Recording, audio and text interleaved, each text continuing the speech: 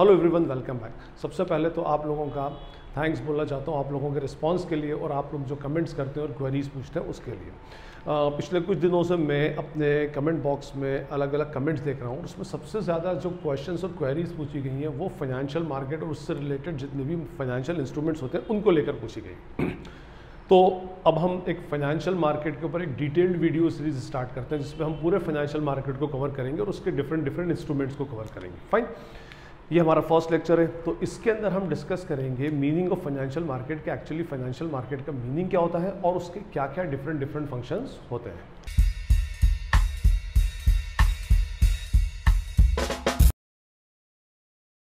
Financial market क्या होता है और फाइनेंशियल मार्केट के फंक्शंस को डिस्कस करने से पहले मैं थोड़ा सा इसका एक बैकग्राउंड आप लोगों को क्लियर कर दूं ताकि फाइनेंशियल मार्केट का बेसिक कंसेप्ट आपको समझ में आ जाए। फाइन, आपकी पूरी जो इकोनॉमी होती है ये 4 सेक्टर्स के अंदर डिवाइडेड होती है, 4 सेक्टर्स में क्लासिफाइड होती है अकॉर्डिंग टू देयर फंक्शन। सबसे पहला सेक्टर जो होता है वो सेक्टर कहलाता है हाउस होल्ड सेक्टर, ठीक है। और सेकंड सेक्टर जो होता है वो फर्म सेक्टर। बिसाइड्स गवर्नमेंट और रेस्ट ऑफ द वर्ल्ड होते हैं, हम उसकी बात अभी नहीं कर रहे हैं, ठीक है। हम सबसे पहले बात करें इसकी हाउस होल्ड सेक्टर की, तो हाउस होल्ड सेक्टर जो होता है इसको हम क्या बोलते हैं, कंज्यूमर सेक्टर, ये कंज्यूमर होता है। और फर्म सेक्टर जो होता है ये कहलाता है अपना कौन सा, प्रोड्यूसर सेक्टर, ये प्रोड्यूसर सेक्टर होता है। कंज्यूमर मींस जो भी इकोनॉमी के अंदर गुड्स एंड सर्विसेज प्रोड्यूस होती हैं वो कौन कंज्यूम करता है, हाउस होल्ड सेक्टर करता है। हम सब क्या है, हाउस होल्ड सेक्टर को ही बिलोंग करते हैं। और प्रोड्यूसर कौन, जो लोग इस प्रोडक्ट्स को कंज्यूम कर रहे हैं उसको मैन्युफैक्चर और प्रोड्यूस कौन करेगा, फर्म सेक्टर करेगा। अच्छा, हाउस होल्ड सेक्टर का एक दूसरा काम होता है, house hold sector firm sector को फैक्टर्स ऑफ प्रोडक्शन प्रोवाइड करते हैं। फैक्टर्स ऑफ प्रोडक्शन का मीनिंग होता है वो चीजें, वो एलिमेंट्स, वो फैक्टर्स जो किसी भी गुड्स और सर्विसेज को मैन्युफैक्चर करने के काम में आती हैं, जैसे land, labour, capital, entrepreneur. Fine, लेकिन जब ये इसको देता है तो फ्री ऑफ कॉस्ट नहीं देता, इसके रिटर्न में इनको क्या पे किया जाता है, फैक्टर इनकम पे की जाती है, ठीक है। तो फैक्टर इनकम कौन पे कर रहा है, factor income is paid by the firm sector to the household sector. तो इसका मीनिंग ये हुआ कि ये लोग क्या कर रहे हैं, अर्न कर रहे हैं। तो ये लोग क्या कहलाते हैं, अर्नर्स कहलाते हैं। अर्नर्स मींस जो लोग इनकम को बेसिकली अर्न करते हैं। फाइन, अब देखिए, अब अगर ये जो पैसा अर्न करते हैं उसी पैसे को ये लोग मार्केट के अंदर क्या करते हैं, स्पेंड करते हैं for the sake of consumption, consumption करने के लिए मार्केट में स्पेंड करते हैं। लेकिन आपको पता है कि प्रैक्टिकली अगर कोई बंदा 100 रुपया कमा रहा है तो पूरा का पूरा 100 रुपया कभी भी वो मार्केट के अंदर खर्च नहीं करता, उसका कुछ पार्ट वो मार्केट में स्पेंड करता है और कुछ पार्ट क्या करता है, वो सेव कर लेता है। तो अगर मान लीजिए 60 रुपया उसने खर्च किया और 40 रुपया जो उसने बचाया वो कहलाता है उसकी सेविंग्स। सेविंग्स किसके लिए रखता है, वो अपने फ्यूचर कंसर्न्स के लिए रखता है। फाइन, तो ये सेव करके रखता है पैसा। अब होता क्या है कि जब इसके पास सेविंग्स बचती है तो ये बंदा क्या करता है, अगर इस सेविंग्स को अपने घर में रखेगा, अपने पास में संभाल कर रखेगा, अपने घर के कैश बॉक्स में या कहीं भी, तो वो उस मनी की, उस पैसे की प्रोडक्टिविटी को ब्लॉक कर देगा। मीन्स 40 रुपया अगर उसने 5 साल भी संभाल के रखा तो 5 साल बाद भी वो 40 रुपीज ही रहेगा। फाइन, तो ये कंज्यूमर सेक्टर ये सोचता है कि भाई क्यों ना मैं इस 40 रुपए को, जो मेरा एक्सेस पैसा है, ये जो एक्सेस मनी है मेरा, ये जो मेरा एक्सेस मनी है, सरप्लस फंड है जिसको हम बोले, इस सरप्लस फंड को मार्केट में ऐसी जगह पे लगाऊं जहां से मुझे क्या हो, इसके ऊपर भी रिटर्न मिले, पैसा आइडल ना पड़ा है उसके अंदर। तो ये पैसा ऐसी जगह लगाना चाहता है जहां से क्या मिले, इसको रिटर्न मिले, ठीक है जी।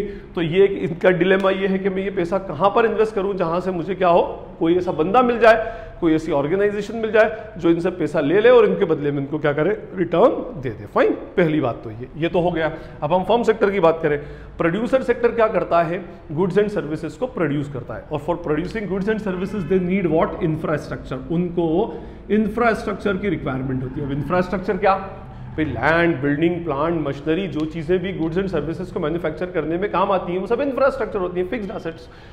इस इंफ्रास्ट्रक्चर के अंदर ये लोग क्या करते हैं, इन्वेस्टमेंट करते हैं। बड़े बड़े इंफ्रास्ट्रक्चर्स क्रिएट होते हैं और इस इन्वेस्टमेंट के लिए दे नीड व्हाट, मनी। इनको मनी चाहिए, ठीक। और ये मनी ढूंढते हैं कहीं से, कोई ऐसा बंदा ढूंढते हैं जो इनको क्या करे, मनी प्रोवाइड करे, उसके बदले में भले ये थोड़ा बहुत रिटर्न उस बंदे को दे देंगे। अब आप देखिए, 2 कैटेगरीज हो गई। एक ऐसे लोग हैं जिनके पास सरप्लस फंड है और ये मार्केट में देना चाहते हैं और उसके बदले में इनको रिटर्न चाहिए, ठीक। एक ऐसा सेक्टर है जो मार्केट से मनी चाहता है, जिनके पास डेफिसिट फंड है और ये मनी चाहता है और उसके बदले में रिटर्न देने को रेडी है। फाइन, अब ये इनको ढूंढते ये इनको ढूंढते हैं, तो कोई एक आध बंदा तो है नहीं जो इजीली वो किसी को भी ढूंढ लेगा। लाखों करोड़ों क्या है जिनके अर्नर्स हैं, और लाखों करोड़ क्या है यहाँ पर हमारे पास फर्म प्रोड्यूसर सेक्टर जिनको मनी अल्टीमेटली चाहिए। अब मैं थोड़ा सा इसको अलग लेकर जाता हूँ ताकि आपको और इस कंसेप्ट को अच्छे से क्लियर हो सके। हमारे मार्केट में बायर्स होते हैं और सेलर्स होते हैं, ओके, और इन बायर्स और सेलर्स को आपस में मिलाने वाले को हम क्या बोलते हैं, इंटरमीडियरीज बोलते हैं। इंटरमीडियरीज का मतलब होता है कि जो दोनों को मिला रहा है, बीचवान जो होता है उसको हम इंटरमीडियरी बोलते हैं। फाइन, अब ये इंटरमीडियरी दो तरह के होते हैं। एक तो इंटरमीडियरी कैसा होगा, आपको एजेंट होगा या क्या होगा, ब्रोकर होगा, ठीक है। एजेंट और ब्रोकर मीन्स के हम ये बोल सकते हैं कि भाई जैसे हम रियल एस्टेट के सौदे करते हैं, भाई आप मान लीजिए आपको एक मकान परचेस करना है और आप एक कॉलोनी में एक हाउस ढूंढ रहे हो और अब आपको ये नहीं पता कि कौन सा मकान कौन सा सेलेबल हाउस है, तो आप क्या करोगे, उस एरिया के एजेंट को, प्रॉपर्टी रियल एस्टेट एजेंट के पास जाओगे। वो क्या करेगा, आपको उस एरिया के सारे मकान की लिस्ट उसके पास होती है कि कौन सा हाउस मार्केट में सेल होने वाला है, वो आपको दिखा देगा और जो भी आपको पसंद होगा आप उससे जो भी डीलिंग करने के बाद में फाइनली उसको बाय कर लोगे और उसका एक स्पेसिफिक परसेंटेज ऑफ कमीशन यहाँ पर दे दोगे, ओके। एक तो ये होगा। दूसरा ये होता है कि एक इंटरमीडियरी होता है मार्केट। मार्केट का मीनिंग होता है जहां पर गुड्स एंड सर्विसेज, जहां पर गुड्स एक्चुअली क्या होता है, गुड्स और सर्विसेज मार्केट में बिकता है। आप अपने आसपास के देखें, बहुत सारे मार्केट होते हैं। अच्छा, मार्केट भी दो तरह के होते हैं, एक तो सेंट्रलाइज्ड मार्केट होते हैं और एक डिसेंट्रलाइज्ड मार्केट, मिक्स्ड मार्केट होते हैं। सेंट्रलाइज्ड मार्केट का मीनिंग होगा कि किसी स्पेसिफिक चीज का मार्केट, जैसे हम बोलते हैं क्लॉथ मार्केट होता है, जैसे हमारे इंदौर में सराफा मार्केट है, ज्वेलरी मार्केट है उसमें। बिसाइड्स उसके अलावा वेजिटेबल मार्केट होता है, फ्रूट मार्केट होता है, ट्रांसपोर्ट के जो मतलब जो इंडस्ट्रियल एरियाज होते हैं। तो ये क्या होता है कि एक स्पेसिफिक मार्केट्स भी होते हैं। तो यहाँ पर क्या होता है, प्रोडक्ट्स अवेलेबल होते हैं और बायर क्या करता है, अलग अलग सेलर्स की दुकानें यहाँ पर होती हैं और प्रोडक्ट्स अवेलेबल होते हैं। बायर जाता है, अपना सिलेक्टेड प्रोडक्ट बाय करके ले आता है, ठीक। ये तो एक जनरल मार्केट की बात करें। यहाँ पर ये जो फाइनेंस से क्रेडिट को भी सप्लाई करने वाले के क्रेडिट, एक ये तो क्रेडिट को सप्लाई करने वाले और ये क्रेडिट की डिमांड कर रहे हैं, फाइन। इनके बीच में भी क्या होते हैं, अल्टीमेटली इंटरमीडियरीज होते हैं। अब ये इंटरमीडियरीज दो फॉर्म में होते हैं। एक इंटरमीडियरी तो बहुत फेमस है, बैंक्स होते हैं। बैंक एक ऐसा ऑर्गेनाइजेशन होता है जो क्रेडिट में ही डील करता है। ये जो सेवर्स जिनके पास सरप्लस फंड है उनको बोलता है कि आपका फंड आप हमारे पास लाकर क्या कर दो, डिपॉजिट कर दो, और इस डिपॉजिट पर हम आपको क्या करेंगे, कुछ ना कुछ रिटर्न करेंगे, ठीक है। इनका तो पर्पस सॉल्व हो गया। अब ये बैंक इस डिपॉजिट का करेगा क्या, तो बैंक फिर क्या करता है, इनको इन्वेस्टर्स को बुलाता है, प्रोड्यूसर्स को, कि भाई आप आकर हमसे क्या लो, क्रेडिट लो, ठीक है, लोन लो, बोरिंग्स लो, और उसके बदले में हमें क्या करो, रिटर्न दे दो, ठीक। अब ये जो रिटर्न लेता है ये हायर रेट ऑफ इंटरेस्ट से लेगा और लोअर रेट ऑफ इंटरेस्ट से रिटर्न देगा। तो 18 - 10 8% जो होगा वो किसका हो जाएगा, बैंक का हो जाएगा, फाइन। इसी में एक इंटरमीडियरी जिसे मैंने उधर बताया था, दूसरा इंटरमीडियरी होता है अपना फाइनेंशियल मार्केट। जैसे मैंने अभी आपको बताया था ना, मार्केट होता है, इसी तरह से फाइनेंशियल मार्केट होता है और एक ये स्पेसिफिक मार्केट होता है जो इसी काम को करता है, लेंडर्स को और बोरोवर्स को आपस में मिलाता है और क्रेडिट में डील करता है। लेकिन इसमें स्टाइल अलग होती है। ये फाइनेंशियल मार्केट इन प्रोड्यूसर्स को बोलता है कि आप एक काम कीजिए कि आपको जो क्रेडिट चाहिए उस क्रेडिट के अलग अलग प्रोडक्ट्स बनाइए, फाइनेंशियल प्रोडक्ट्स बनाइए। ये क्या करते हैं, फाइनेंशियल प्रोडक्ट्स बनाते हैं। और फाइनेंशियल प्रोडक्ट्स और कुछ नहीं है, मींस बस एक ये लोन लेने का तरीका है, लेकिन इसको प्रोडक्ट के फॉर्म में, और प्रोडक्ट कोई फिजिकल भी नहीं होता, ये क्या होता है, सिर्फ अपने फंक्शन के अकॉर्डिंग ये प्रोडक्ट माना जाता है, ठीक। तो वो बोलते हैं कि आप एक फाइनेंशियल प्रोडक्ट बनाओ, अलग अलग फाइनेंशियल प्रोडक्ट्स, और फिर मार्केट के अंदर आकर क्या करो, इनको बेचो, ठीक। जैसे मैंने आपको बताता हूँ फाइनेंशियल प्रोडक्ट्स में क्या होते हैं, शेयर्स होते हैं फाइनेंशियल प्रोडक्ट्स, डिबेंचर्स होते हैं फाइनेंशियल प्रोडक्ट्स, बॉन्ड्स होते हैं, और भी बहुत सारे अलग अलग फाइनेंशियल प्रोडक्ट्स होते हैं। अब कंपनीज क्या करती हैं, ये फाइनेंशियल प्रोडक्ट्स बनाती हैं और जिनकी कैरेक्टरिस्टिक्स डिफरेंट होती है, जिन पर रिटर्न डिफरेंट होता है, जिस पर रिस्क का क्राइटेरिया डिफरेंट होता है, और ये फाइनेंशियल प्रोडक्ट ला करके फाइनेंशियल मार्केट में रख देती हैं, ठीक। और फिर ये लोग जो होते हैं जिनके पास एक्स्ट्रा मनी है वो मार्केट में आते हैं और देखते हैं उनके हिसाब से सबसे ऑप्टिमम, सबसे फीजिबल फाइनेंशियल प्रोडक्ट कौन सा है, और वो फाइनेंशियल प्रोडक्ट को बाय कर लेते हैं, ठीक है। कौन, जिनके पास सरप्लस फंड है। और आप भले ये फाइनेंशियल प्रोडक्ट बाय करें, ये फाइनेंशियल प्रोडक्ट बाय करें, ये फाइनेंशियल प्रोडक्ट बाय करें, अल्टीमेटली आप क्या कर रहे हैं, क्रेडिट ही प्रोवाइड कर रहे हैं। मींस अगर किसी बंदे ने, बोरोवर ने कोई भी फाइनेंशियल प्रोडक्ट बाय किया तो इट मींस वो क्या कर रहा है, पैसा दे रहा है, फाइनेंस क्रेडिट प्रोवाइड कर रहा है, किसको, फर्म सेक्टर को, बस ये बात अलग अलग है कि प्रोडक्ट की कैरेक्टरिस्टिक्स अलग अलग होती हैं, वो हम आगे के लेक्चर के अंदर क्या करेंगे, डिस्कस करेंगे। ठीक, फाइन। तो ये फाइनेंशियल प्रोडक्ट्स को बाय करेगा, जैसे ही फाइनेंशियल प्रोडक्ट्स को बाय करेगा तो ये क्या कर रहा है, एक तरह से मार्केट में मनी को लेंड कर रहा है, लेंडर हो गया।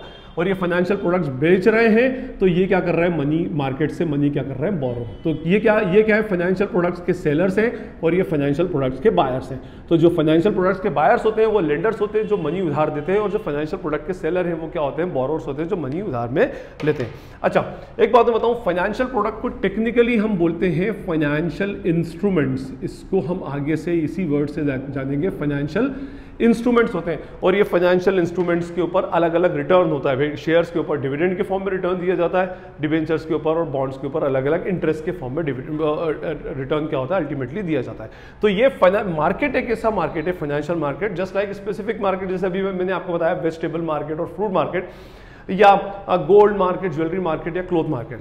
तो इसके अंदर क्या करते हैं कि कंपनीज जो होती हैं या कंपनीज या गवर्नमेंट जो होती है वो अब लोन लेने के लिए कुछ फाइनेंशियल प्रोडक्ट्स बनाती है, फाइनेंशियल इंस्ट्रूमेंट्स बनाती है, और फिर वो मार्केट में सेल करने के लिए आ जाती है फाइनेंशियल मार्केट में।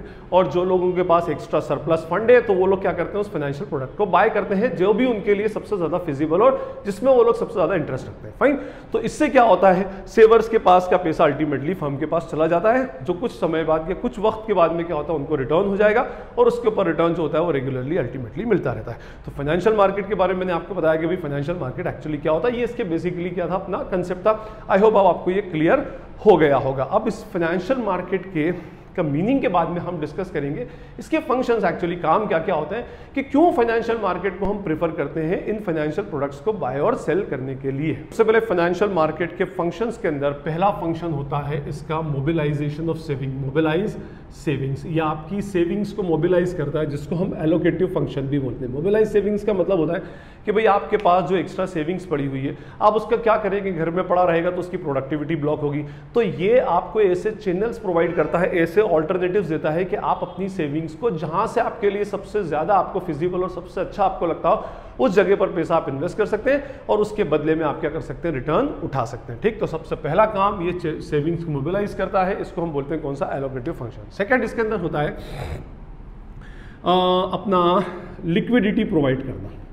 देखिए, लिक्विडिटी प्रोवाइड करने का मीनिंग होता है कि आप लिक्विडिटी प्रोवाइड करने का मीनिंग होता है कन्वर्जन इनटू कैश। कोई चीज़ जितनी जल्दी कैश में कन्वर्ट होगी उतनी ज़्यादा वो लिक्विड होगी। जैसे अगर आपके पास एक बंगलो है जिसकी कीमत 5 करोड़ रुपए की है, अगर आपको उसको बेचना है तो उसको पहले तो बेचने में बहुत टाइम लगेगा, और अगर वो बिक भी गया तो उसके ट्रांसफ़र की प्रोसेस के अंदर भी क्या होता है, कंपैरेटिवली लंबा टाइम लगता है। तो वो क्या होता है, लेसर लिक्विड होता है as compare to the other asset. और फाइनेंशियल एसेट लिक्विडिटी में क्यों होता है, ये फाइनेंशियल मार्केट में लिक्विडिटी क्यों होती है, भाई मेरे पास रिलायंस के शेयर्स हैं, मार्केट खुला हुआ है, मुझे पैसे की रिक्वायरमेंट है, तो मैं क्या करूंगा, फट से उन रिलायंस के शेयर्स को बेच दूंगा, शेयर्स मेरे डीमेट अकाउंट से चले जाएंगे, कैश मेरे डीमेट अकाउंट में आ जाएगा, 2 दिन बाद में सेटलमेंट पीरियड के बाद में उस कैश को क्या कर सकता हूं, अपने बैंक अकाउंट में विड्रॉ कर सकता हूं और उसको यूज कर सकता हूं। तो मींस कंपैरेटिवली लिक्विडिटी बहुत ज्यादा होती है, और फटाफट आप क्या कर सकते हो, इन फाइनेंशियल इंस्ट्रूमेंट्स को मार्केट में बाय और सेल कर सकते हो। फाइन। थर्ड होता है इसके अंदर प्राइस डिस्कवरी। प्राइस डिस्कवरी का मीनिंग होता है कि भाई आप किसी भी फाइनेंशियल प्रोडक्ट की प्राइस को इजीली मार्केट में जाकर पता कर सकते हैं। ठीक है, अगर एक स्पेसिफिक मार्केट होता है, जैसे आप वेजिटेबल मार्केट में जाओ तो वहां पर अलग अलग वेजिटेबल वेंडर्स होते हैं, तो आप प्राइस को कंपैरिजन बेसिकली कर सकते हो, प्राइस को इजीली क्या कर सकते हो, आप उसमें अल्टीमेटली डिस्कवर कर सकते हो। फाइन। और वैसे भी देखिए, दुनिया में हर तरह के मार्केट के अंदर प्राइस का मैकेनिज्म डिमांड और सप्लाई के ऊपर चलता है, तो फाइनेंशियल मार्केट के अंदर भी डिमांड और सप्लाई के ऊपर ही प्राइसेस क्या होती है, फ्लक्चुएट होती रहती है। तो प्राइस डिस्कवरी कंपैरेटिवली क्या होती है, ईजी हो जाती है। और फोर्थ होता है इसके अंदर ट्रांजैक्शन कॉस्ट को रिड्यूस कर देता है। ये ट्रांजैक्शन कॉस्ट को रिड्यूस करना मींस सर्चिंग कॉस्ट होगी, आपका टाइम भी वेस्ट होगा। अगर ऐसा कोई मार्केट नहीं हुआ तो फिर लेंडर्स को देखना पड़ेगा कौन कौन बोरोवर्स हैं, उन बोरोवर्स को ढूंढने में उनका पैसा लगता है, इसी तरह से बोरोवर्स को पैसा खर्च करना पड़ेगा लेंडर्स को ढूंढने में। तो फाइनेंशियल मार्केट के अंदर सेंट्रलाइजेशन होता है और सारे के सारे बायर्स और सेलर्स क्या होते हैं, एक जगह पर क्या होते हैं, जमा हो जाते हैं, जिससे उनकी ट्रांजेक्शन कॉस्ट, उनका टाइम, उनकी एफिशिएंसी, ये सब क्या होती है, अल्टीमेटली सेव होती है। फाइन। तो ये था हमारा फाइनेंशियल मार्केट का इंट्रोडक्शन और उसके बेसिक कुछ फंक्शंस। आई होप आपको क्लियर हो गया होगा। आगे की वीडियो में हम इसके मनी मार्केट और कैपिटल मार्केट के बारे में डिस्कस करेंगे। अगर कोई भी क्वेरी या डाउट लगती है तो आप कमेंट सेक्शन के अंदर पूछ सकते हैं। Thank you. This is Najeeb Hashmi and all of you are watching Najeeb Hashmi's lectures. Thank you.